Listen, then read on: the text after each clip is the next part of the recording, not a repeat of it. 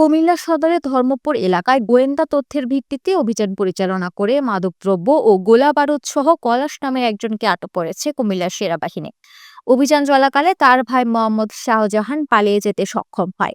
এ সময় তার কাছ থেকে ৩৫ গ্রাম গাঁজা, দুটি শর্টগান কার্তুজ, তিনটি পিস্তল ম্যাগাজিন, ৫ রাউন্ড পিস্তল গুলি ও একটি অ্যান্ড্রয়েড মোবাইল জব্দ করা হয়েছে।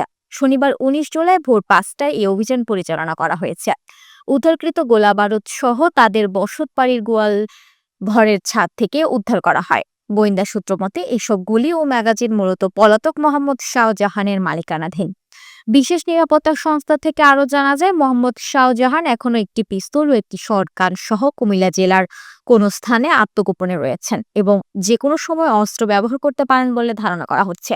স্থানীয় সূত্রে জানা যায়, শাহজাহান কুমিল্লার সাবেক সংসদ সদস্য বাহারের ঘনিষ্ঠ সহযোগী এবং দীর্ঘদিন ধরে বাংলাদেশ আওয়ামী লীগের সক্রিয় সমর্থক হিসেবে ধর্মপুর এলাকায় পরিচিত ছিলেন।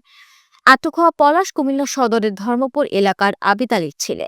আটক হওয়া আসামির বিরুদ্ধে মাদক ও অস্ত্র আইনে মামলা প্রক্রিয়াধীন এবং তাকে কোতোয়ালি মডেল থানায় হস্তান্তরের কার্যক্রম চলমান রয়েছে।